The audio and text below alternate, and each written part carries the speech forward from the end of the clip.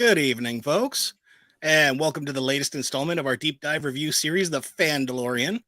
We'll be diving in on the latest season of the Disney Plus series, The Mandalorian, with all the Easter eggs and lore connections you've known to come to know and love from us. As always, we have our team of Beardalorians, though. We've got Wes R. Scott. Hey. And out in Halifax, Mr. Hank McLaughlin. What's going on, fellows? Not too much. Do we have any opening thoughts on this season 3 kickoff? The season 3 kickoff. It kicked like the opening of the Super Bowl, and they went deep and they went all the way. For me, it's a touchdown. I quite like this. Yeah, they haven't missed a beat. Like, yeah, really good stuff. I don't know what the internet's problem is. So much unwarranted criticism. Putting the season premiere, or I shouldn't say that, putting the Return of the Mandalorian up against shows like Andor and The Bad Batch are unfair comparisons because they are different flavors. Come on. Yeah. Fan of our show, a buddy of ours. Yeah. I don't want to say any names, but he thought the acting was horrendous. He was like, "What? It was awful." And really, I don't get it. I don't get that. Star Wars was never going to be high art in the acting category. No. It holds. I mean, these shows are they are tonally different from each other. So the only comparison that I make to The Mandalorian really is The Mandalorian. So yeah, exactly. And by that comparison, I feel that the premiere stands as good as any of the regular season episodes. Oh, sure. Yeah. Excellent. Happy to see everybody back. I'm happy. I think the big thing for me, and I think it's a big question for everybody going into it, was how was the writers and the producers going to address the absence of Cara Dune? Right. And I think they did that just fine. In story, she's out there, she's doing her thing, and I'm happy with that. Yeah. I'm okay with Yeah, that. they can continue to sell her likeness as an action figure. Yeah. Maybe they'll figure out a way to get to that Rangers of the New Republic thing. Oh, man. It could be done in literature, and there's no we don't have to worry about likeness rights. Yeah, I mean, sure. One other thing that did come out this week, though, before we go too far into it, Jon Favreau did state that Grogu had been training with Luke for 2 years. See, now before returning to Mando in the Book of Boba Fett. I had no concept that was even a thing until you guys had sent it over in our private chat, and I'm like, what? What do you mean?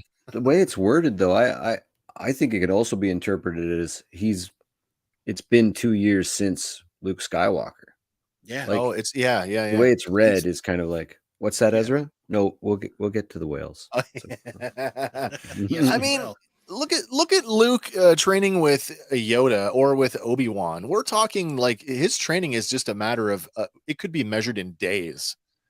And you're telling me now that Grogu spent 2 years with Luke Skywalker and he only got to the point where you can choose the shirt or you can choose the lightsaber. Day one, before Luke ever had any inkling of what Jedi training was.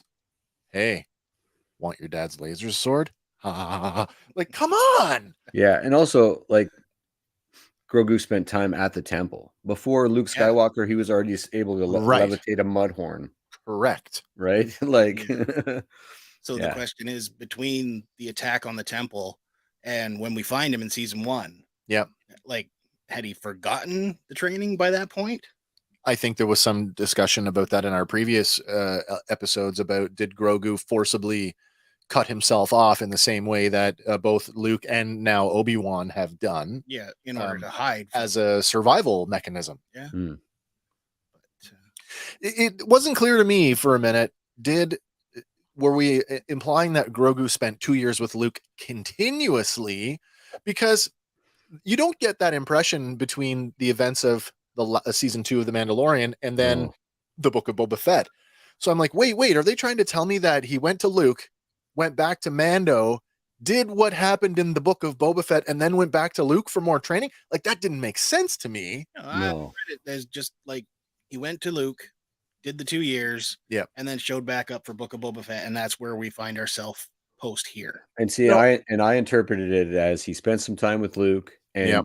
we're picking up with 2 years later after From the from events of Book of Boba Boba Fett. Yeah. So he's So that had is Grogu entirely for an possible additional as well. 2 years. Yeah. And he only had a couple weeks training with Luke. So now what we're saying between the three of us is that it could be 2 years later, or it could be 4 years later. Well, that's what I'm saying. I think it's actually 9 years after Return of the Jedi. That's my opinion, because he says 2 years had passed during the first and second season, Yep. and an additional 2 years have passed in whichever fashion to the Yeah. beginning of this. So we're now 9. Yeah, because at the well, start of the Mandalorian, after it the was Battle 5 of years Endor. post Endor, right? That's right. Yep. Yeah. What So- were we before? We were 10, 5 years after Return of the 5 Jedi. ABY? Yeah. Yeah. Or 5 after Return of the Jedi. So Yeah. So would be 3, 4. 8 ABY. Yeah, 8 ABY. So now we're an additional 4 years. We're 12 ABY. Yeah. Somewhere in there. Yeah. Roughly. Yeah. That's what I'd say. So Yeah. 10 to 12 ABY. We have our Based first comment on what we already. do. What do we got here? Doug says it is different now that we have more exposure without the helmet on. It's true. Hmm. Yeah. I think that's part of what we're building towards is the his recompense for that transgression. On the nose. I Yeah. mean, that's what he says he's going for. I actually found that, if anything, to be a little bit out of like, why are we repeating things for the sake of, like, it felt like we were repeating that for the sake of repeating that. So We that already occurred in the had book that. of Boba Fett, though. Yeah. So And I just in bet you case- all I guess so. see I this was guess so. like coming up to this. I read a lot of articles that were saying, "Hey, if your friends watch The Mandalorian but they don't watch Book of Boba Fett, make sure Right. you remind them that 2 episodes, Right. Mando season if 2 not plus 3, and the season finale. So 3 episodes of The Mandalorian take place in the Book of Boba Fett.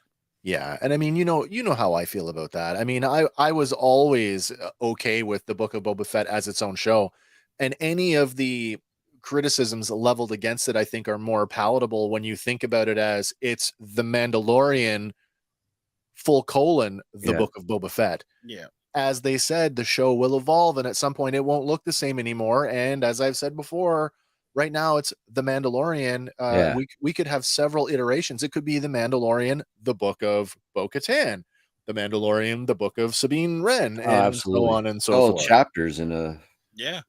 Right. huge tome of whatever's going on.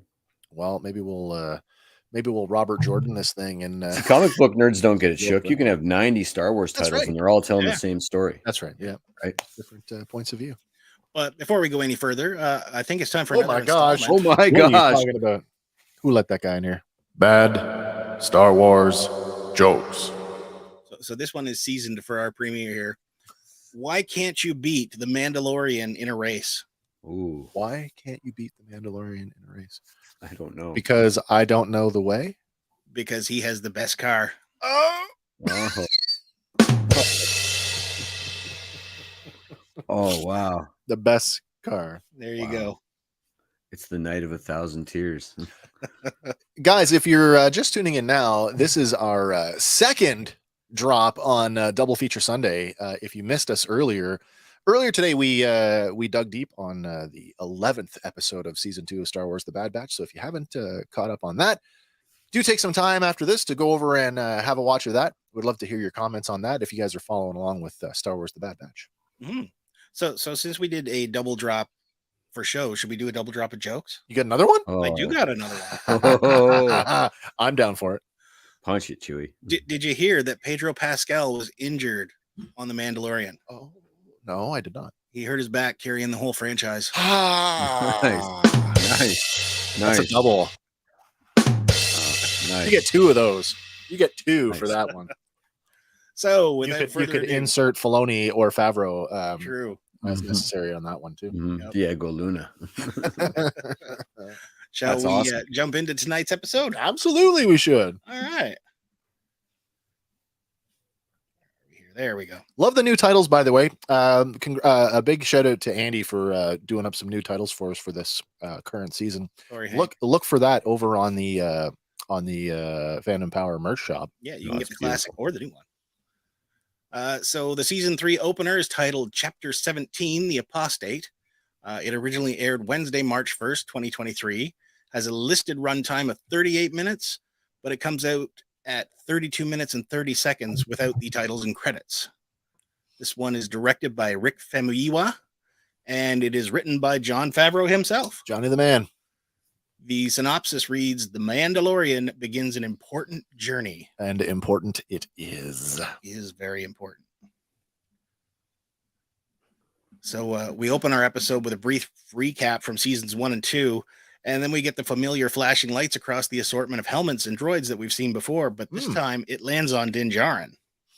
I also liked in this sequence that we did not get the usual musical cue. That they did away with that. Yeah, all the while we're hearing the sounds of hammering and Oh, forging. yeah. It was so good. Yeah.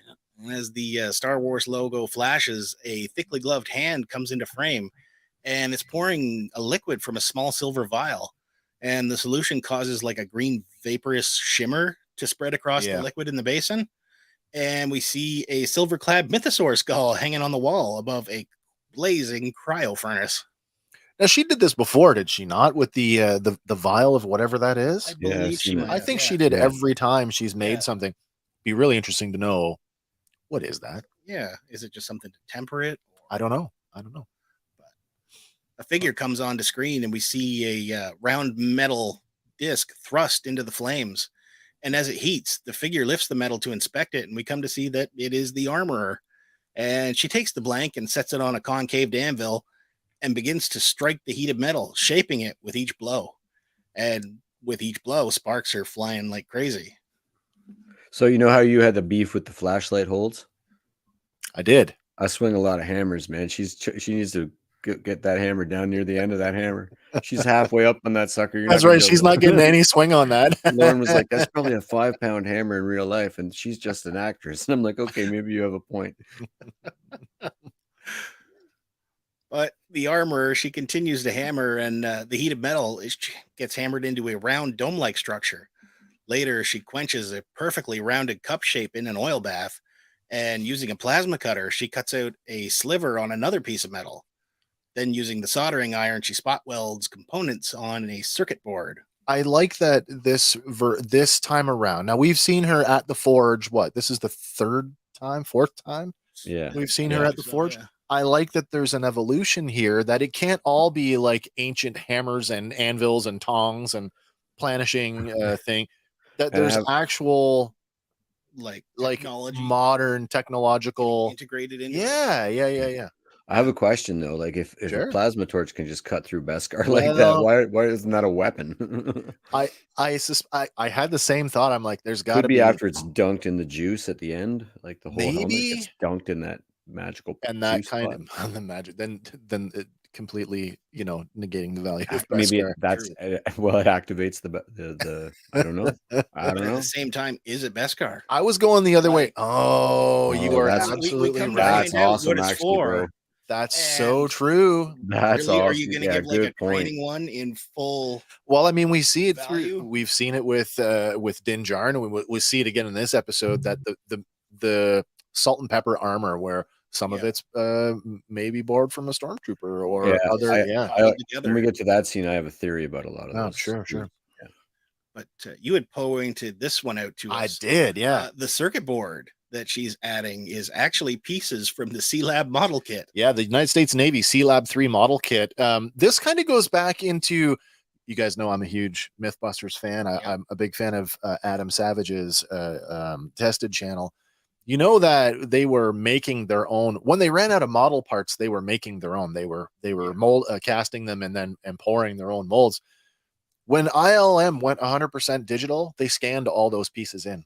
Ooh. So, I mean, I doubt that these are actual C-Lab parts. They're probably 3D printed from the digital files that they would have scanned back in the 90s. Imagine. Their origins run deep. Absolutely. We're talking about a model kit that came out in the 1970s. Maybe earlier than that. Yeah. Got a couple more comments coming here. TJC says, good evening, gents. Hello, how are things tonight in the UK? I hope the weather's good over there. Red Swenson also chimes in here. Happy birthday, Red. I hope you got our message there, your birthday greeting on our Patreon. Baby Beskar helmet's probably not Beskar. Yeah, I mean, you're going to outgrow it, right? I mean, do you buy? Yeah, do you buy the expensive Air Jordans for the baby, or do you wait? It depends how rich your parents are. I guess so. That's true. That's true. I never had anything like that. We're actually what you said earlier ties perfectly into what I'll say when we get to the beach. Yeah, sure. All right.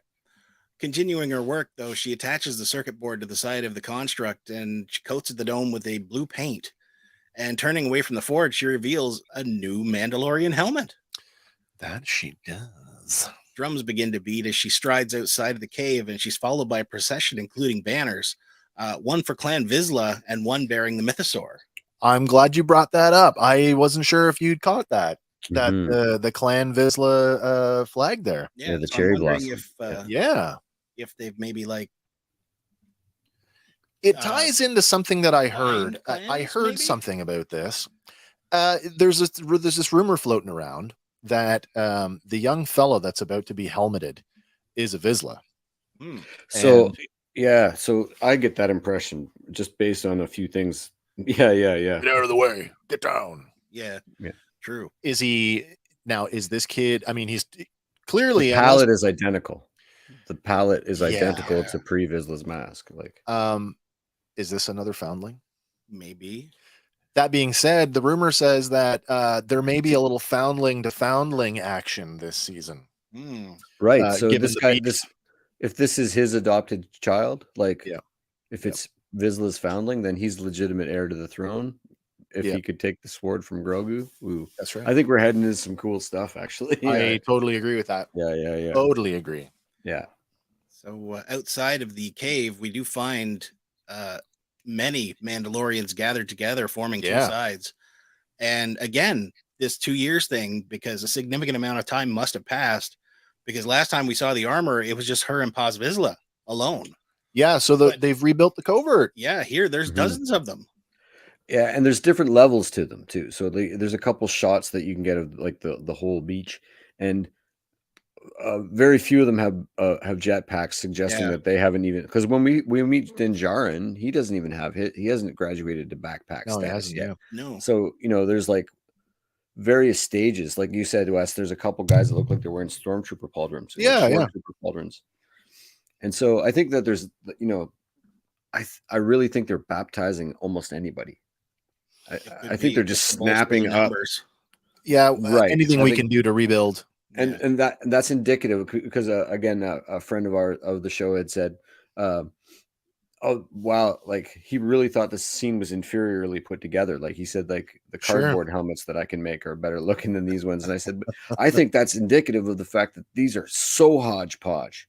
Maybe, and like you say now, Andy, when you say that, that's probably not Beskar. That makes perfect sense. It could just be plain old Durasteel. Just cracking tin helmets off just to swell the ranks. They're not on Mandalore. They don't have access to Beskar mines. It's like 6 backpacks tops there. Yeah. Red Swenson says, Foundling, I think the kid's mother swings a hammer. They spent a long time gathering the covert. I appreciate the humor in that comment. Now, I don't know how serious you are with that, but I don't buy that simply because of her spiritual leadership position. Yeah. And I don't know if you guys thought this, but I thought that this was a flashback scene. Oh, no, I didn't. No, I didn't think it was. The whole time I thought it was for a moment. Yeah, I might have, just because of the number of them there. Right up until Djarin's ship flew into the scene. I thought the whole first 2-3 minutes was interesting. I don't know why that was completely like that passed right over me. I just always took thought the kid was Djarin. I really did. I was like, oh, this is amazing. I really did. Oh, that's fair. That is a fair statement. But as the armor approaches the water's edge, we see there is one lone boy standing in the water with no helmet. And our young Mandalorian is named in the credits as Ragnar. He didn't get a last name, though. Oh, interesting. So, wait, he's got no last name? He's got no last name. He's not coming back. He is played by Wesley Kimmel, nephew of the late night host Jimmy Kimmel. But this isn't his first dance with Star Wars. No, it's not. He also played the Tusken Kid in the Book of Boba Fett. And now that That's we're awesome. looking at it, I think I remember that. Yeah, that's wicked though. I didn't put it together though until we were talking about it earlier today. He just showed up. He just showed up in a Netflix movie called Your Place or Mine with Ashton Kutcher and Reese Witherspoon. Yeah. And they make him watch Alien, which was hilarious because we were talking about the Bad Batch today, And their which connection was to the a alien very homage. alien heavy. But Wicked. joining Ragnar in the water, the armorer raises the new helmet for all to see and then begins the ceremony, with the boy repeating after her, "I swear on my name and the names of my ancestors that I shall walk the way of the Mandalore, and the words of the creed shall forever be forged in my heart." She places the helmet on the boy's head and says, "This is the way." And the boy repeats the creed as the other Mandalorians, including Paz Vizsla and the others, chant, Yep. "This is the way." We get the helmet seal noise again. We do. Again, they need to do some more. They need to be more consistent on how these helmet things work. Mhm. Poor Omega. Because his hair is flowing. I know, but it's sealed right there around it. Yeah. Yeah. A green helmeted Mandalorian steps forward and hands the armorer a bowl, which she uses to scoop up some water from the lake. And facing Ragnar, she continues, "From this moment on, I shall never remove my helmet." Do you figure that this is the same kind of ceremony that Din Djarin will go through when he attempts to go to the living waters? I think it's assume so, exactly that. And To I be think anointed in? because I don't think they're going to have him drink that water because it is some nasty No, looking water. no, I wouldn't. no, I think she was about to pour it over his head. Yeah, in anointed. Mandalorian baptism. This is symbolic of this being a fake baptism since it's not in the mines at all. No, Yeah. no, it's not. Right. So again, I think just anybody can be a Mandalorian under her. under now. her code. Sure, where the children of the Watch are concerned. Yeah. Right. The boy starts to repeat, but she raises a hand, stopping him. And sensing danger, she grabs the boy and they rush for the shore as what looks like a cross between a turtle and a crocodile with the size of a dinosaur bursts from the water. Oh man, I love this animal. The boy dives into the sand and narrowly misses the jaws of the beast. The Mandalorians, they start to scramble and firing upon the creature. Their blasters have no effect. I love And this the thing. creature, it snatches up one of them in its jaws and swallows him whole. And just like season 2, we change aspect ratios for this scene. I completely I missed it. didn't- I I didn't catch completely that. missed it. Yeah, man. What we go full screen on that? IMAX. Yeah. Oh, they did it to me and I didn't even notice. Yeah. But Paz Vizsla, he instructs the young ones to retreat to the cave. And with the young ones heading that way, he begins to unload his heavy blaster cannon on the beast. The Mandalorians dodge and fire, keeping the creature at bay, but it continues to nose forward. Some of them take to the sky and land on its back, and they plant charges on the creature's armored exterior before taking to the sky again. While the while, Paz Vizsla, he's providing air support. Now's as good as time as any to point out that under the helmet of Paz Vizsla, though, is now Tate Fletcher. Oh wait. Mhm. Oh Tate, because he's played like what, 4 different people now? Yep. Yeah, man. His previous work includes roles on Breaking Bad, Westworld, and John Wick. Nice. And he is uncredited as Paz Vizsla in the Book of Boba Fett. He's our guy in the very first episode of The Mandalorian on the bar. Utachu Mando. That's him. Yeah. Nice. But that's not all, because we get a quick creature comparison that shows us the difference between the final render versus the concept art at the end of the series. Yeah. And it looks like it started out more like a alligator snapping turtle. Yeah. But got morphed more into the actual alligator. Crocodilian. I said that I don't know who was I was talking to you, Hank. I said if I was making a live action Dungeons and Dragons movie, this is exactly how I would make a dragon turtle. Dragon turtle. I love it. It's so cool. So back to our moment at hand, though. The charges are set, and the Mandalorian with the jetpacks fly off, and they set the charges off. But all this does is succeed in upsetting the creature more. Gee, where we heard that today? Yeah. Trying to kill the big bad monster, and it just gets angry. Yep. Yeah. Using So its, Oh, sorry. That Go top ahead. shot, with the really cool shot, like the cannonball. Yeah, it's like a you know. POV. But he's got a Death Watch symbol on his shoulder, so there's at least one of the old guard Yep. there with her. Yep. Using its spiked tail, though, it swats one of the flying Mandalorians into the rocks near the shore. I was halfway waiting to hear the Boba Fett scream when he hit the side of the the katana. Wilhelm. Yeah, but he didn't. So no Wilhelms for you. other Mandalorians on the ground begin to tether the beasts with their grappling hooks in an effort to restrain it, and it only works for a moment, giving one Mandalorian a chance to help another one from the water. But suddenly the beast goes into a death roll, dragging the tethered Mandalorians right along with it. Yeah, I thought that's kind of sucks to be them. Yeah, the very Gator move, though. Absolutely it was, yeah. One Mandalorian is trapped underfoot of the beast, and the armorer charges in to free him. And helping him to shore, she shoves him out of the way just before she's struck herself and tossed way across the beach. I give her credit. I mean, you've just watched all manner of blaster fire and explosives do nothing, but I'll charge in with my hammer and tongs. Yeah. I saw a meme today that was like, if you ever feel stupid, remember the armorer went after a laser-proof beast with a set of welding tools or something like that. It was hilarious, actually. But here's something else to fuel that theory. Oh, sure. Ragnar rushes forward to check on her. He does. I give him that. I mean, you just are newly minted and you're already like, oh, I guess this is my last day. The whole time I'm thinking that's Din Djarin, and I thought, oh my God, he's going to take the beast down himself as a little kid. This is where my brain was this whole time. I was thinking, looks like we need another Timmy. That's where I was. Red says, yeah, maybe not Biomom, but in spirit. That's true. Yeah, so maybe. Doug also says clone foundlings. That's an interesting idea, because the cloning stuff at Tapoca City was still going in full swing when they took it down. There were still clone children there. Who knows? Then I think that'll be an interesting thing to explore, though. Red also says, quick mom, hit him with your sticks.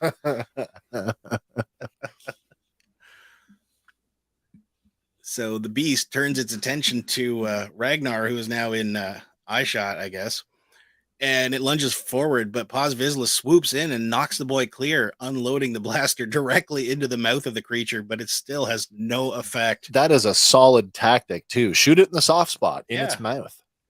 Yeah. But as the beast is about to end Paz Vizsla, we get that familiar musical cue, and a blast rocks the beast.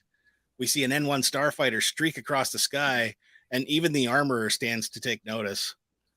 The Mandalorians steady themselves as Mando circles back again and fires a proton torpedo into the side of the beast. Water, smoke, fire, and guts fill the air as the beast topples over dead on the beach. Did you catch the Phantom Menace sound effects for the... I did. Yeah. For the torpedo? For the torpedo. Beautiful. Yeah, loved it. Wicked nod. Yeah.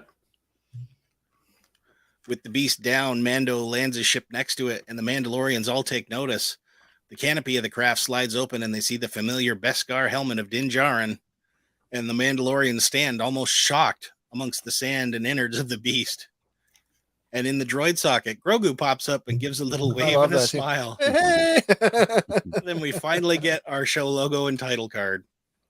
And the reality is, I mean, the last time we were at the covert, it was only the two of them, so nobody else knows who this is. Yeah, all they see is a Mandalorian helmet. Like, holy crap. Which is maybe because my next question is, after we get to the next sequence and they have their conversation about him being apostate, which we knew. Yeah. Nobody else, he gets a pass on this one. Like, I got the impression it was you just don't come back until you've done what you need to do. And here he is coming back, which I get serves that, hey, for anybody who didn't watch the book of Boba Fett, we'll have that conversation again. But yeah, I think that's probably what it is.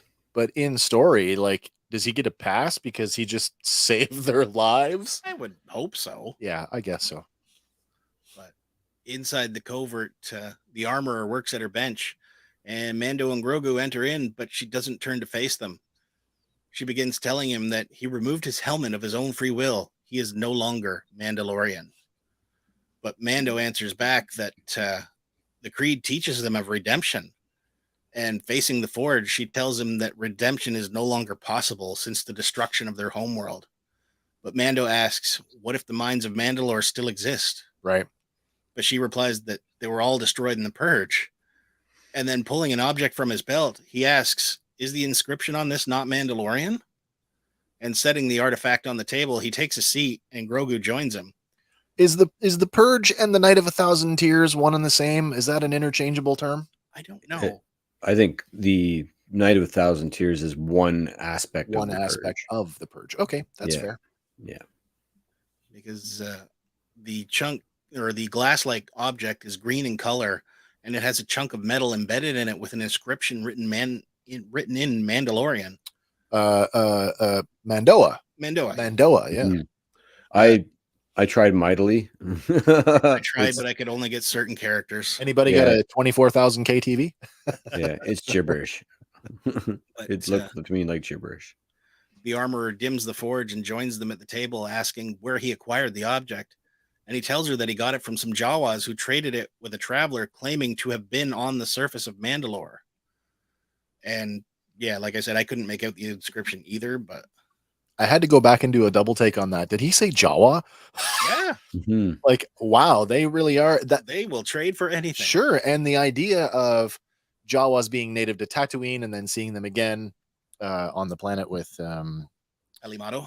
yeah, right. Oh, that's Tatooine. is this Tatooine? Sorry, where he gets the ship oh my god, where he finds Grogu. On Queel's homeworld. Right. So interesting that what we thought we knew about Jawas isn't necessarily the only thing we knew about them, that they are more prolific and can be found in other places in the galaxy. True. And covered in hair. Yeah. Yeah. Red Swenson says the Mando that got swallowed, dead or not. Beskar is good, but that's a proton torpedo. He's dead. Totally dead. Oh, yeah. Yeah. Didn't see him climbing out the mouth, so Yeah. And Doug says they glassed the planet just like Halo. that they did. That Mm. they do. The armorer, she picks up the item and says that this artifact proves that Mandalore's entire surface has been crystallized by fusion rays. But Mando questions that if the traveler was able to obtain this, maybe the surface isn't poisoned. Right. And Grogu looks from Din to the armorer. Din asks if he visits the planet and brings her proof that he is bathed in living waters in the mines of Mandalore, then by creed, the decree of exile would be lifted and he would be redeemed. I like the fact that he's not asking her. He's telling her. Yeah. Right. I'm not asking. I'm telling you. I know the Yeah. code. Yeah. He's got the sword too. True. Yeah, that's true. If he knows the code this well now, before remember he didn't know, how may I be redeemed? Yeah, really. It's like What? he's I done don't- some research. Yeah, the whole I don't want it. You can have it. It doesn't work Yeah. that way. Yeah. But the armorer looks to Grogu, then back to Din, and she states, "This is the way." This is the way.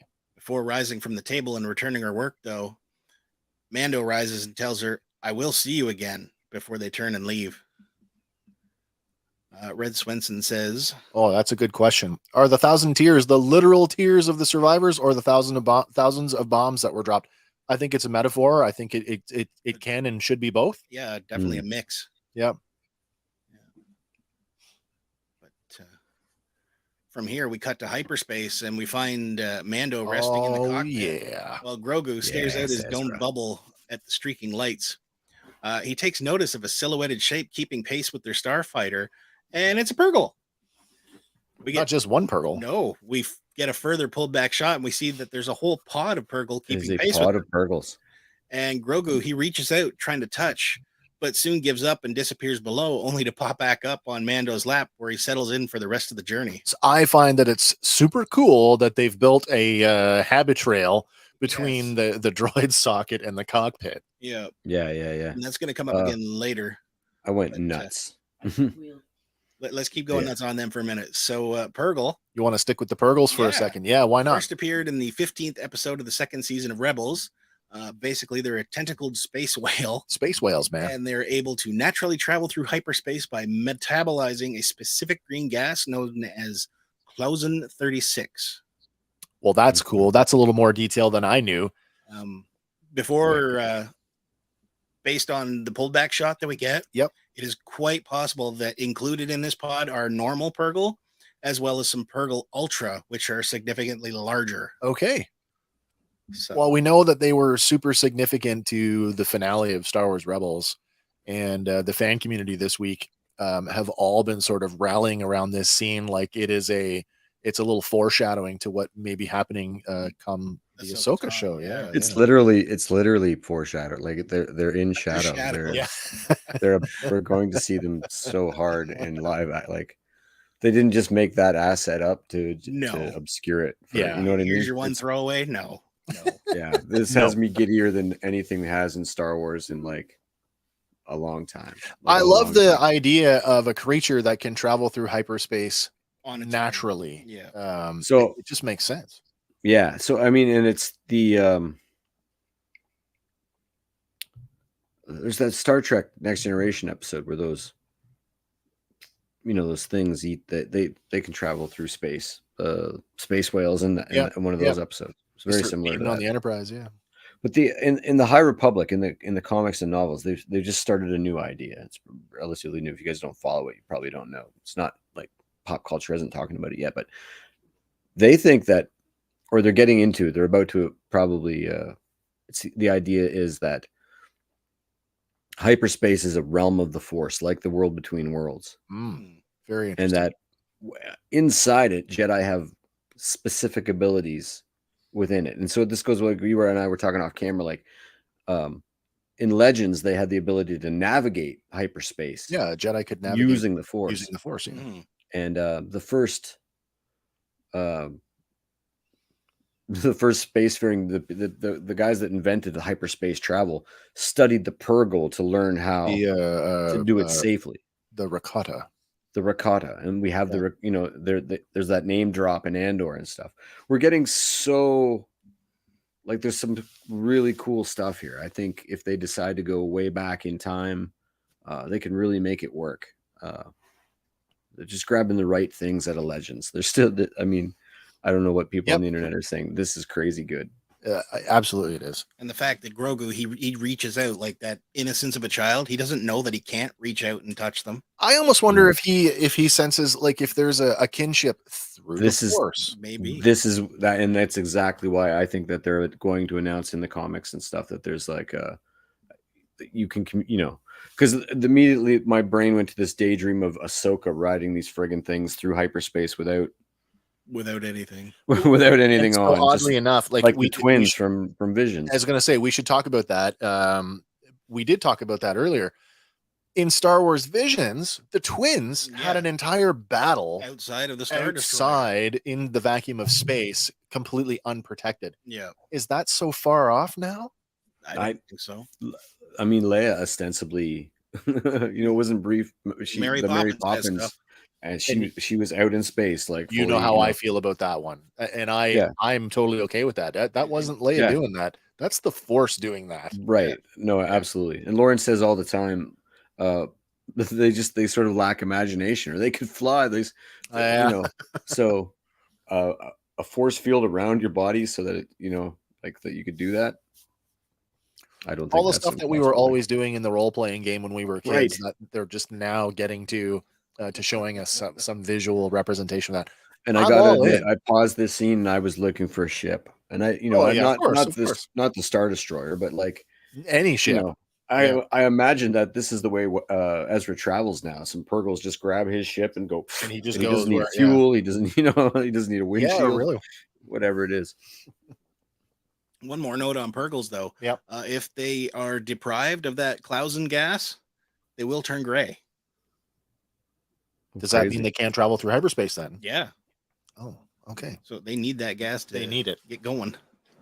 So they're gas powered, I guess. Well, so am I, depending on what day of the week it is. True. Yeah, sure. But back here, we find the N1 coming out of hyperspace en route to the volcanic planet Navarro. But the planet has a bit more of a green hue going on about it. And as they plunge through the atmosphere, a red light blinks on the control panel, and the Orbesh on the gauge reads Alt. Altimeter? Altimeter, I would assume so, yeah. I would think so. And as the surface comes into view, we see the settlement has expanded significantly And there's greenery sprinkled about as well as an expansive docking yard. That's cool. And continuing his approach, a voice comes over the radio welcoming Mando to Navarro, independent trade anchor and hyperlane port. The voice then asks Mando to state his purpose, to which he replies he's here to meet an old friend. Oh, you did too. I was going to ask if you had seen that. Yeah. How do you not throw those up to compare? Yeah. So landing near the city gateway, we see things have changed significantly from where they started in season 1. Yeah. From a crumbled outpost full of bounty hunters and criminals to a thriving trade settlement. And we wipe later to find Mando and Grogu in his pram strolling down the main street towards the street market. And there's a white protocol droid welcoming people to Navarro, the gem of the Outer Rim. I love how it's just walking around like it's a walking billboard. It's tourist information. Yeah. Just running around. Yeah, we see various droids and people going about their business, including an R5 astromech and an EV series supervisor droid. Did you catch the kitchen droid? I did. Chop, chop, chop, chop. I'm like, hey, wait a minute. Didn't we just nearly get murdered by that guy? Yeah. I don't think it's the There's same some one, like, No. you know, there's some like 10-year growth trees there too. This is Yeah. like 4 years have definitely passed. It makes sense when you look at it that way. Like, they couldn't have, I mean, sure, they could have imported a bunch of the vegetation and stuff, but like, I mean, the planet was volcanic, so conceivably it's amazing growing conditions. Yeah. And like you look at the ground in season 1 and it is literally dirt, like volcanic ash and dirt. Yeah. But here we've got like full paved, like a port. Yeah, like cobblestone streets and like upgrade complete or still going. But Grogu, as we go through, he's taken in all that the marketplace has to offer, including various foods, includes what looks to be like a lava meerkat on a stick. Oh. A chef droid similar to the guy we saw at the former palace of Jabba the Hutt during the 4th episode of the Book of Boba Fett. Man with a pet bird that kind of resembles a cross between an owl and a bat. Yep. Didn't we see those before? We saw those in Boba Fett. They're we talked about these before. We probably did. But I could not remember. It's a specific species of bat. Yeah. I can't remember the name of them. But Grogu, he's taken aback at the sight of an Aqualish in fine robes. And I'm not too sure why. So maybe there's like something in his past there yet to be explored. The Aqualish were the species that tried to feed him to the the Mamacor. Oh, that's true too. Yeah. So I mean, there's some bad memories there for him. That's true too. I didn't even think of that. On the boat. That's a good grab. Longshoreman and Vincent D'Onofrio, deny it or not, were both in that episode. That's true. Yeah. But, in a white tree, there's a group of Kawaki and monkey lizards chattering away. And you'll remember that they first appeared back in Return of the Jedi when we met Jabba's jester, Salacious Crumb. Again, we see that white protocol droid acting as a walking billboard for local attractions. Can we talk about the monkey lizards for a second? Yeah, sure. This actually came up.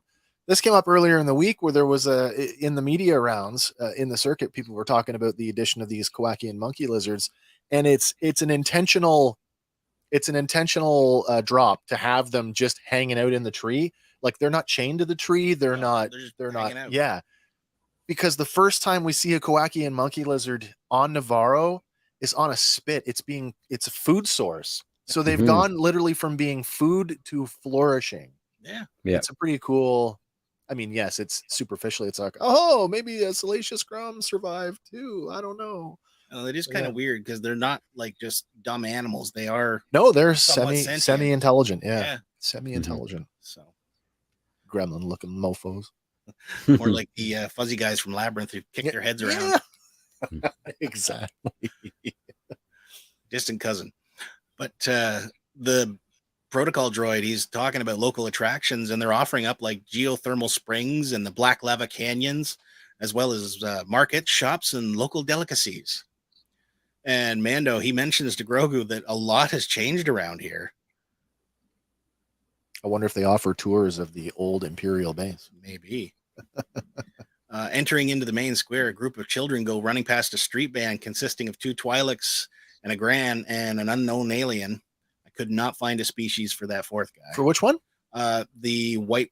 Oh man, I don't know. One almost looks like a Vader helmet on him, but kinda could not find it. So if you guys out there found it, No idea what that guy Let is. us know. Shaved wampa or something. But soon the statue of IG-11 catches Grogu's eye, and they stride towards it and circle it. And Mando asks, Remember your friend? "Yeah, you remember your old friend?" And we see that part of the statue is actually pieces of IG-11 that survived the explosion. I mean, we talked about this when we did the trailer breakdown. We did. And I'm going to talk about that again in this episode because I believe they do. Yeah. At some point, not this episode, down the road, they're going to. Okay.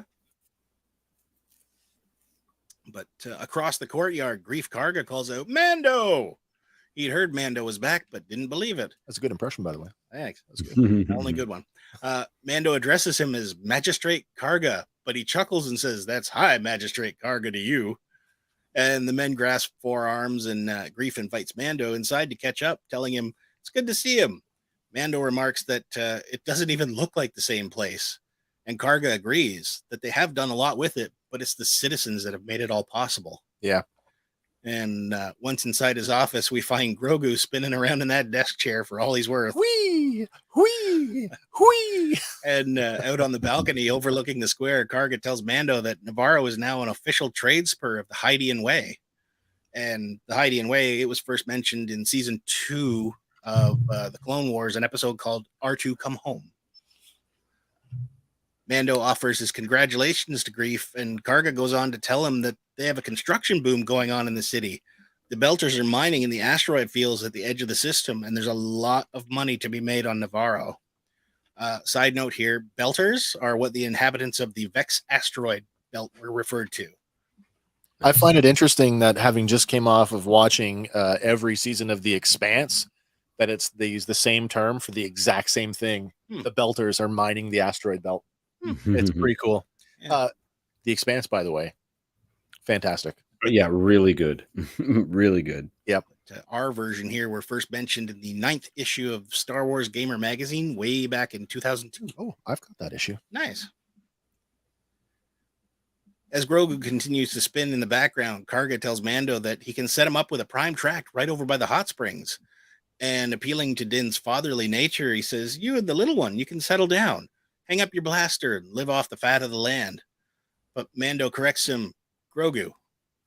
And caught off guard, he says, "Come again?" Come again? What? And Mando tells him his name is Grogu.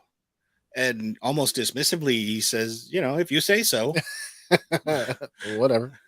Before urging Mando to come inside so he can show him something.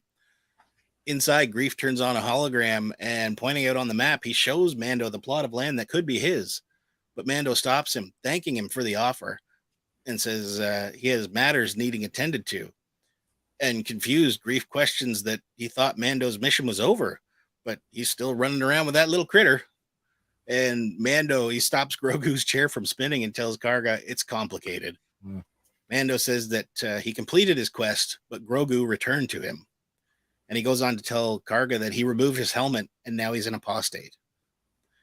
All the while, Grogu is eyeing up a bowl of treats on the desk. And still in salesman mode, Karga tells him that's all the more reason to stay with them on Navarro. Yep. Where Mando is from, he's an apostate. But on Navarro, he would be a landed gentry. Meanwhile, Grogu force pulls the candy to himself and munches away on it. I just couldn't help. In this sequence, I could not help but think that there's like a production assistant out there that had to go through how many bags of Skittles to pull all the orange ones out. They look like pimentos. Maybe. Just then, a copper protocol droid enters the room calling for the magistrate. And Grief, he corrects the droid. "Hi, magistrate." Perhaps this title is only a recent upgrade? Maybe. I don't know. But the droid apologizes and continues that there's someone there to see him. And Grief tells the droid his timing couldn't be any worse, and whoever it is can wait. But the droid insists it's pirates. Pirates in the courtyard. And pausing a moment, Grief and Mando, they think it over and then head out to the courtyard. Outside of the school, one of the pirates barks at a droid to let them in or he'll split the droid's circuits. And Grief calls to the Nikto pirate, "Come on, Vane, that'll be enough of that." And the group of 6 pirates comprised of 2 Niktos, 1 Weequay, 1 Trandoshan, and 1 Quarren, and 1 Clatuidian. Got them all. They turn to face Grief and the droid. The Nikto leader speaks first. Grief Karga, my old friend. Meanwhile, Mando, he kind of shuffles off to the side and leans up against. I love how he just like, I'll just stay over here. Yeah, just leans up against the tree opposite the door of the school. And then, assuming all is well, Vane says, I knew you wouldn't insult us. Come, join us for a drink. But diplomatically, Grief suggests, let's continue this back at my office since this is a school now. And Vane says that that explains why she wouldn't let them inside, pointing to the teacher droid. Mm-hmm. Presumably the same teacher from when they had dropped him off for school that day. day. When he puked up the blue stuff. Yeah. Red says Mando backing up Grief in a very you and what army moment. Yeah, for sure. But then pulling a power move, Vane says he forgot. Wasn't it Grief's cut of Vane's boss's treasure that built the saloon? And Grief retorts that the Pirate King Gorian Shard's name is familiar to all in this sector. And again, he urges them to join him for a drink back. Is it off? I love how it doesn't matter what it is. Every minor criminal loves to throw their boss's name around. Yeah. Like, you don't know who my boss is, do you? Like, no, I know who your boss is. Yeah. And putting his hand on Vane's shoulder, he says, come on, we'll go toast to your captain. But as Grief turns to head for his office, Vane and company don't move and insist, we drink here. Grief then turns and reiterates that this is a school now. But insistent, Vane says it's still a bar. And then he barks at Karga to bring them a drink. And stiffening up slightly, Mando calmly asks, is there a problem here, Magistrate? Doesn't want to be a lawman, but... Yeah, suits him. Grief Karga echoes Mando's question while cementing his gaze on Vane and the pirates. But Vane shrugs his shoulders and says, not if you serve me a drink. But Karga bluntly responds, not in my school. Then stepping away from the door, Vane starts in. You hear that, boys? His school. Then focusing on Grief, Vane continues, you paid us for murder and mayhem inside these doors. As he pulls his coat back, exposing his blaster. But then coldly, he tells Grief, sounds like you went soft. And with tensions rising, Mando straightens up from the tree. And Grief quietly asks Vane, you think so? As he pulls his own robe back, revealing a blaster still at his side. I'm tempted to go back to season 1 and just have a look around the room. Who was in there? Yeah, who's in the room? Was he in the room at some point? It's possible. Who knows? But he pulls his own blast, or shows it, he still got it at his side. And looking squarely at Vane, Grief says, try me. Wicked. So there's your Clint Eastwood moment. But I think I skipped one there, didn't I? I don't think so. I might have. Nope. But Vane chuckles a moment and then narrowing his eyes, he hands his hand hovers over his blaster and Mando looks on but doesn't move. And behind them, Grogu, he watches the events unfolding.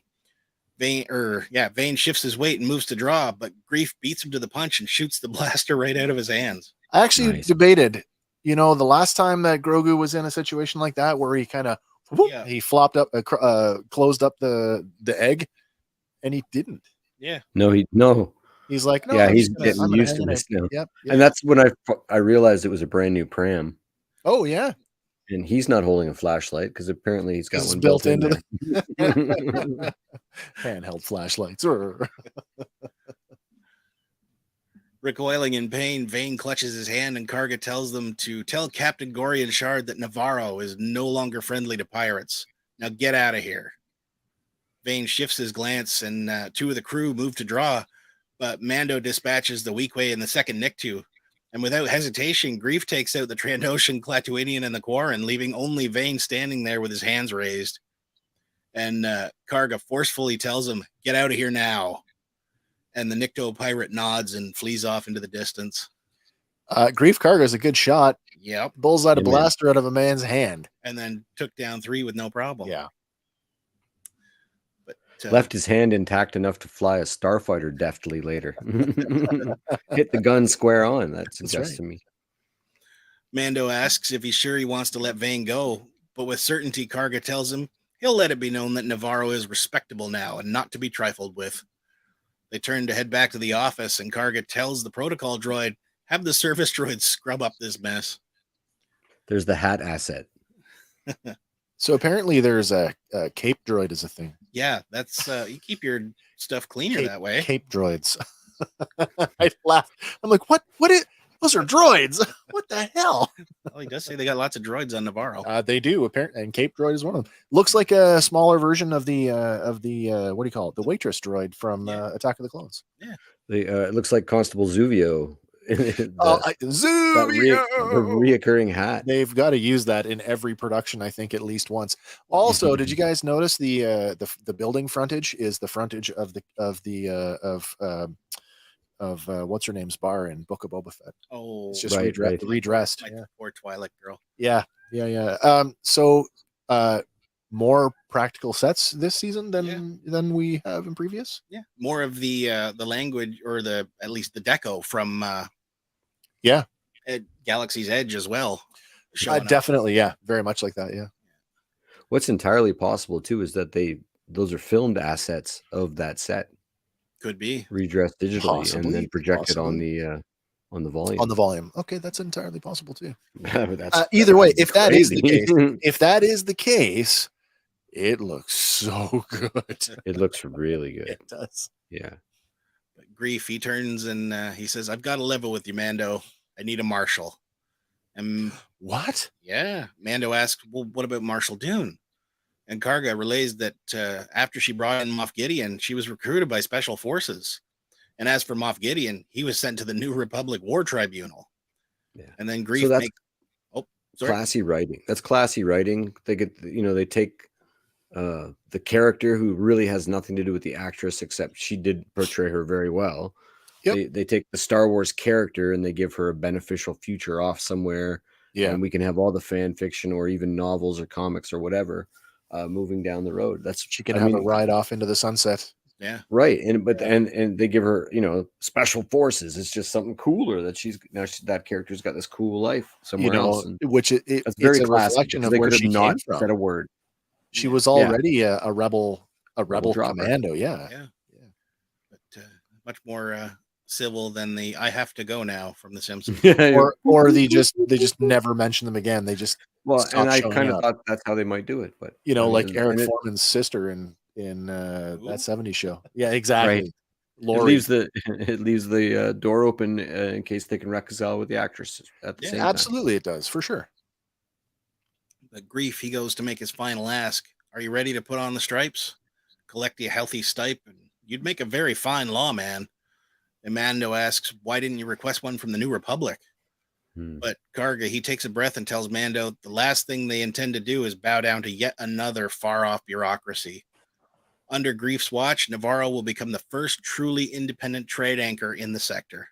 Interesting that there is this idea of neutrality post, or 5-7 years after the Galactic Civil War, and there's no sort of what was the state of the planet during the Civil War? Was it an imperial controlled world?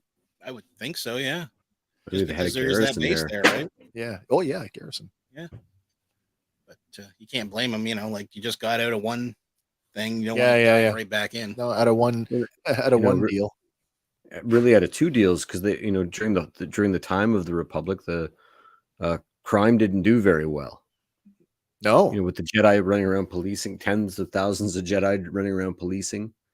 And then you went right into the war, and then you went right into an oppressive regime. Yeah. So you're talking about decades of chaos, and this is why crime is actually flourishing now, because there's that huge power vacuum in the galaxy. Right.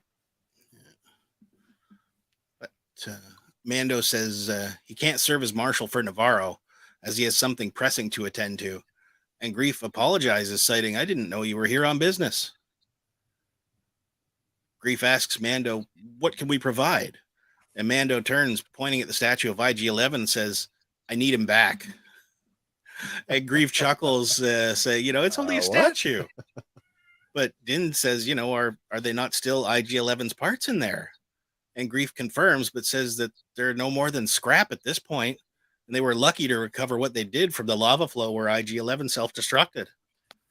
With a bomb in his chest, by the way. Yeah. That's an awful lot of torso left over for a bomb in your chest. Yeah. You open the door on the front. Okay, can I? I'm so like, oh yeah. They want the statue because they essentially want to bring him back. Yeah. We see that they've taken the torso and they've left the arm, the two legs. Later on in that trailer, when we see Paz Vizsla and the rest of the Mandalorians in Navarro, we see the Stormtrooper helmet plinth. There's nothing on it. Nothing. Yeah. Not even. Din does say later, like, if I can I don't find know the if I parts. can handle him. I don't know if I can handle him when he's fully put together. Yeah. But then says if I can find the parts, they can fix them. True. Yeah. So I would write this up though to misdirection, because this would be the first time that Disney has like digitally removed an asset from a trailer just to throw you off. Yeah, that's a good point. And like in season 2, like we didn't even notice for the first while that the statue was even there. No, until they were like right in front of it. And it's like, hey, look, there's a statue over there. I still think because they make a point of like, if I can find the parts, that they are going to put him back together. And I think they do succeed. Yeah. That's where I'm at with that. I believe so. But there's an interesting point. Oh, we got one here. Red says, you think maybe Marshal Vizsla? Probably not. But I do think that under the leadership of whoever's holding the Darksaber, you could rally the Mandalorians to Navarro to do something. Yeah. But back here, Din tells Grief he needs a droid that he can trust to help him explore Mandalore, and he's that droid. Grief tries to dissuade him with the possibility of other droids that they have on Navarro, but Din asks Grief, can you let me give it a shot? And later on, only the bronze pieces of the statue remain. And inside the magistrate's office, Mando tinkers with the charred remains of IG-11 as Grogu watches on. That's a nice character piece, too, when you go back and consider in season 1 how droid-averse he was because of the droid armies during the Clone War. Well, he's already had to kill him once, right? Well, yeah. He had to kill him to save Grogu. Had to kill him once and then had to go on a mission with him. But he had fixed him by then. Yeah, and really overcame that. Okay, maybe not all droids are, murder bots. And his sacrifice is what changed him. Like, because the next time he meets Pelimato after that, he's like, no, let the droids work on it. Yeah. And then he's fine with R5, and he's, so that that single interaction changes the way he feels moving forward. Yeah, his entire outlook on artificial life, I guess. Grief looks on with a less than hopeful look, and Mando uses a soldering tool to work on the exposed wires from IG's spinal column. And with the droid now hooked up to a power source, he says, it's time to see if we can wake him up. And Mando, he touches 2 exposed wires together, basically hot wiring the droid, and shifting his gaze from the wires to the droid's head, nothing happens. And frustrated, Mando gives up, and Grief stands akimbo and shoots Mando I told you so look. Hey, you tried. Yep. You win some, you lose some. But Mando shakes his head, and Grogu, still standing on the table, he's the first to notice that the fingers on the droid's remaining arm, they're starting to twitch. Grief and Mando take notice too, and the lights on IG-11's head come on and begin to glow. And after some head movements, IG-11 sits up, and Grogu moves forward as IG-11 starts citing protocols. Important to note, though, this is the first angle in the episode. Yeah, we actually get to see that Grogu is wearing that Beskar chainmail. Yeah, you can see down his robes. Yeah. So it's there. He's wearing it. But at the sight of Grogu, IG-11's lights switch to red, and he starts calling him the asset to be terminated. Dun dun dun dun dun. Yes. Mando lurches forward and snatches Grogu away from the droid, but it flings itself off the table and tries to pursue them. And Mando, he opens fire on it. But unrelenting, the droid pulls itself closer and closer to Din and Grogu until it Terminator 1 action. Seriously. Like even the the The uh, musical Servos. cues and whatnot are right Oh, I with was- that whole they Terminator. they make level. it like a stop motion, like that whole crawling one Yeah. arm, very Yeah, very Terminator. but Another horror movie callback. well, I'd say that's an action movie. The first Terminator. It's Killer Robot. It's on the cusp. Yeah. Is that Jim Cameron too? No, I don't believe so. The first Terminator. No. Second Terminator was. You sure? Wow. Just keep going without me. I'll Okay. figure it out. Yeah. The droid pulls itself closer until it clamps its hand around Mando's ankle and calling to Grief, like legitimate distress. Grief! Din tosses Grogu to Karga's waiting arms, but the droid instantly shifts attention to Grogu's new position. The Copper Protocol droid, though, has been hiding behind a bronze bust of Grief Karga, who is now crying out for Mando to shoot it. Shoot it! I'm not gonna lie. The first time you see the bust, it's in the background. I'm like, is Who that is the that? client? I Mm. thought it was a bust of Werner Herzog's character. Crazy. I didn't Clearly, it's not post that. any guesses, but looking at it now, it's like, yeah. I Oh, guess- it's totally Grief Karga. Oh yeah. Yeah.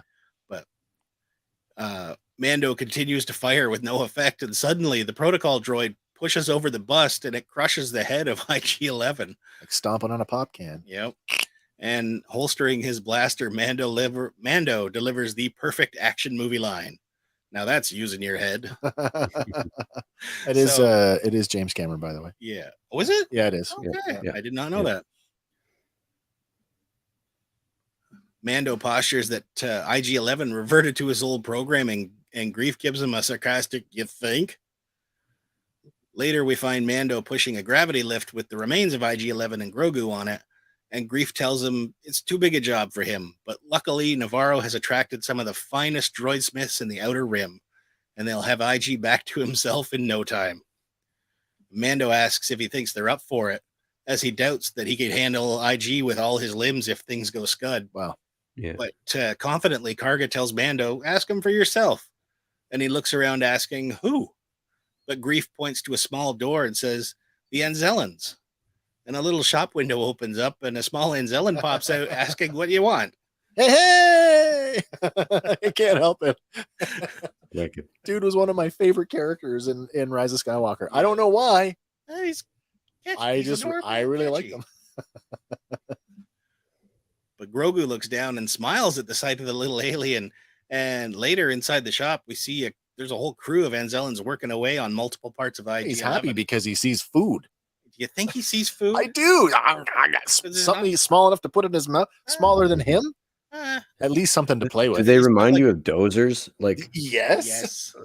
Dude, from right? Fraggle Rock. From Fraggle Rock? Like It's so not so cute. much Babu Frick by himself, but when there's a group of them, Oh the my group God. dynamic. I just was like, oh my god, dozers.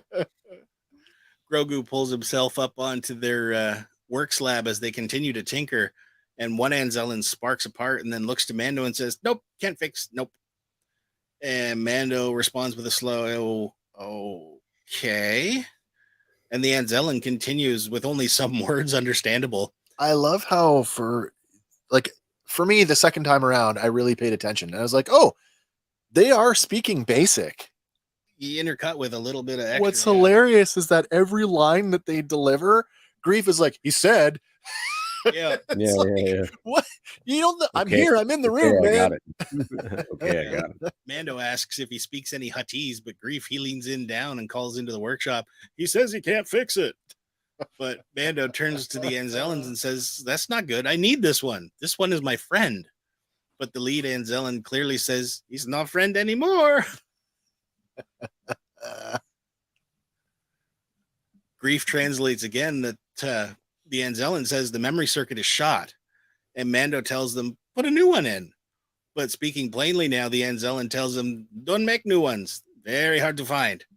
And Grief translates again, but Mando understood that one. Yep. And the Anzellan continues that Mando should buy a new droid because this one is poodoo. I love the use of poodoo. Yeah. Looking at you, Tony Mhm. Gilroy. Well, Yeah, that's right. The only thing we're going to get to. Mando asks if they can fix IG without the part, and they tell him no. But then he asks, well, what if I find you the part? And the Anzellan, he responds, okay, then no problem. We fix. And at this point, Grogu gives the tiny alien a big hug. And Mando leans forward and pulls the Anzellan away, telling Grogu he's not a pet. And the Anzellan cries out, no squeezy, no squeezy. And once they're apart, he looks at him, bad baby. Mando apologizes, telling him he's young. But then Grogu reaches for him again. And Mando interjects as Grief watches from outside. Now, to your viewing of it. Yeah. Do you think he sees him as a pet, or is he understanding that with the get that part, he can bring back his friend? Like, oh, you can bring my friend back? Awesome. I don't know. I don't know about that.